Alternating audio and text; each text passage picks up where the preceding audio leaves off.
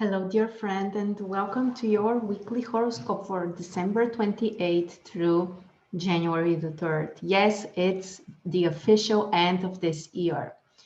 For many of us, it was a difficult year. It was also interesting. It was also definitely unexpected. So next year, hopefully we are starting fresh. If you want to learn more about the year, check the link below. We have a calendar and also a webinar for 2021. But let's discuss now what do we have at the last few days of 2020, what's happening on New Year's Eve, and how we start the next year. On Monday, we begin with the minor challenging aspect between Venus and Saturn. This is a combination that may bring issues in the area of relationships, emotional challenges, some barriers, and frankly, some kind of distancing between people, especially those that we love. Make sure to respect the boundaries of other people, especially if you're someone who doesn't really pay attention on those, or it's just not that important for you. There are other types of people, typically those with strong Saturn in their chart, that really value and appreciate the boundaries. And sometimes when we have such combinations between Venus and Saturn, what happens is that one person really wants their boundaries to be respected and the other one feels the need to push through those boundaries, and it's kind of a mess. So it doesn't matter on which side you are, respect the needs of the other person, their boundaries. Don't get too frustrated if the other person wants to stay a little bit aside for a while. And overall, keep in mind that even if things look too pessimistic or negative, it will pass. Overall, this is a combination that's unfavorable for business, for financial decisions, for relationships as well. On the other side, the moon is in Gemini, so it could be time for some communication, for some exchange of ideas. Great time to read a book or just do some planning for maybe next week, or why not even further. On Tuesday, we have a full moon in Cancer and Capricorn. Of course, full moons are pretty intense, and they are also the time of culmination of something that potentially we have started 2 weeks before, sometimes even during another time, it doesn't matter. This could be the time when you can see the results. Also, from a more psychological perspective, those could be some realizations that we may have to see things clearly. And this may be related to our personal life, our family goals, but also career situation and social responsibilities. Cancer Capricorn is the axis that represents those two different areas: personal life, family, and also career and social goals. On the other side, those two signs also represent our need for security and stability. So think about it. What needs to be changed in those areas? How do you feel about the security or the certainty in your life? And also let go of things that you don't need anymore, especially when it comes to the past, when it comes to some emotions. Maybe someone has hurt you. I think that has happened to everyone. Don't keep it. Don't kind of like process this over and over in your mind. Forgive and let it go. It's a great time for those purposes. On the other side, Venus has a minor challenging aspect with Jupiter. So we may need to reconsider our goals, our desires. There could be some kind of frustration in the area of finances, with partners in relationships. So it's a question of reassessment. Overall, there might be some challenges in finances, in relationships, but it's a beneficial day for some spiritual work, especially some kind of ritual to heal or to let something go out of your life. Then on Wednesday, we have another challenging aspect that includes Venus. So relationships are still a difficult area. But this one is actually a major aspect, major challenging aspect with Neptune. This combination can bring some emotional frustration, some kind of disappointment, some kind of illusions that we might have had that may fall apart, or we may see things and realize how impossible or unrealistic our desires have been. In relationships also, some irrational decisions, or maybe some lies, or something which is unclear and messy and complicated. Also, be careful with your financial decisions. With such combination, you may not see clearly, you can make a mistake, or frankly just make an irrational decision. But from the positive side, this aspect can be really inspiring and really creative. You may enjoy some art, some music. If you are a creator yourself, such an aspect can bring more inspiration.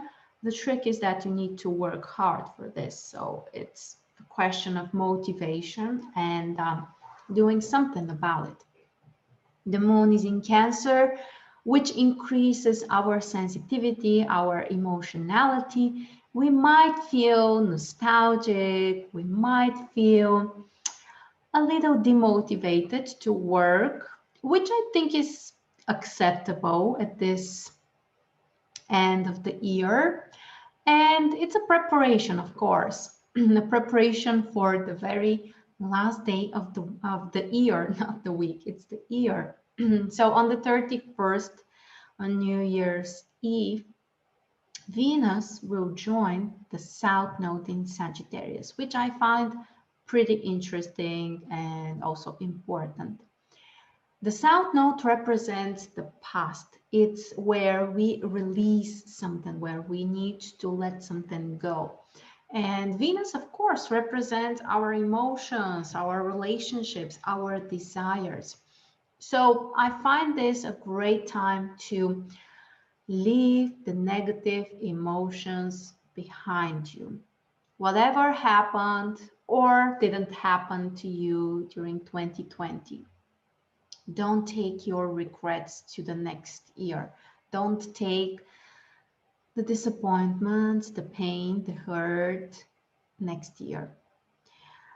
I know that sometimes it's difficult, especially while we are still in the challenge, we are still in the storm, to be wise and say, okay, I'm leaving this behind. But the solution is always to be grateful, to realize what you have, and to really believe that there is a meaning behind everything, even or especially when we cannot see it rationally.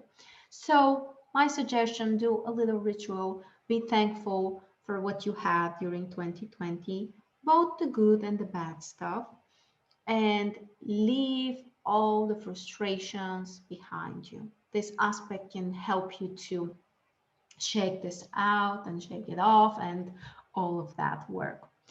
The moon is in Cancer during the first half of the day. So some emotionality, some family tasks, some family communication, I guess. And after 2 p.m., the moon will be in Leo. So the actual New Year's Eve will will be when the moon is in Leo, which I find very positive for some celebrations, for some excitement, for organizing some parties or staying at home, whatever you choose, whatever you need to do. But the atmosphere can be positive and bright and I think that many of us will really want this year to end and just to start fresh. And it's happening, my friend. It's really happening. On the 1st of January, the very first day of the year, we have an amazing aspect between Mercury and Neptune. A little reminder here, if you haven't gotten your January astrology calendar, it's free. The link is below. Make sure to grab it now. So on the 1st, we have this Mercury-Neptune combination, which can help you to increase your intuition, to also be more creative, and to do something nice for yourself or others. This is an especially beneficial aspect for communication or for some negotiations, or just to use this inspiration to calm your mind for meditation or a spiritual practice. It's especially beneficial. And just to allow this healing creative energy to take care of you, basically.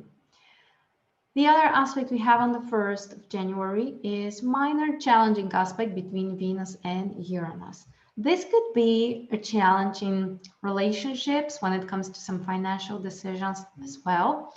And I'm talking too much, so you might feel my voice is a little strange. Please forgive me that. So Venus has this minor challenging aspect with Uranus, which can make us a little restless emotionally, maybe overexcited or irritable, or taking some impulsive decisions. Be careful, but keep in mind that sometimes those may just be some surprises, something new, something something exciting. The moon in Leo hopefully will keep the good atmosphere high and still present. So optimism, creativity, focus on the things that we really love. Saturday, the moon is in Leo and has some great aspects with Venus and with Mars. So basically what we have is a grand trine in fire signs. Optimism, desire to do something, commitment to our wishes, great time for love, for taking action, for planning. We got this. It's great. Celebrate internally, externally, and just enjoy life. This could be very, very inspiring. The day is beneficial for absolutely everything from business to personal life to money to goal setting, creativity, spirituality. We have it all. So great, exciting, positive atmosphere on Saturday. And on Sunday, the things are still positive, maybe not that cheerful, not that fiery, exciting, a little bit more grounded, a little bit more practical atmosphere. Venus has a positive aspect with Pluto, so intense, strong emotions, maybe desire to communicate closely with our partners, with the people that we love. It's also beneficial for some financial decisions and even for some work or plans about our tasks, and also to feel this strong desire to do something. The moon in Virgo supports the practical activities, commitment to our responsibilities. Maybe we need to take care of our houses, something which is not necessarily extremely exciting, but on the other side, necessary. So do something practical, something meaningful, but also remember to focus on the things that you are passionate about. And the day is beneficial for almost everything. So make your choices. With that, my friends, we covered this week that puts together 2020 and 2021. I want to wish you all happy holidays. And as I said, I think the most important during this week is this aspect between the South Node and Venus. So leave all of your regrets and disappointments and pain, whatever, frustrations, leave it behind you and make up your mind that you will have an amazing 2021. Again, I want to remind you, we have the webinar about 2021, the astrology calendar, they come together. And if not, just take your January calendar. It's completely free. You will find some interesting links below, so check it out. Thank you so much for being with me. We've been through a lot together. We are entering, hopefully, a new phase. So I'm really excited to share this with you. Thank you so much. And I'll see you next year, guys.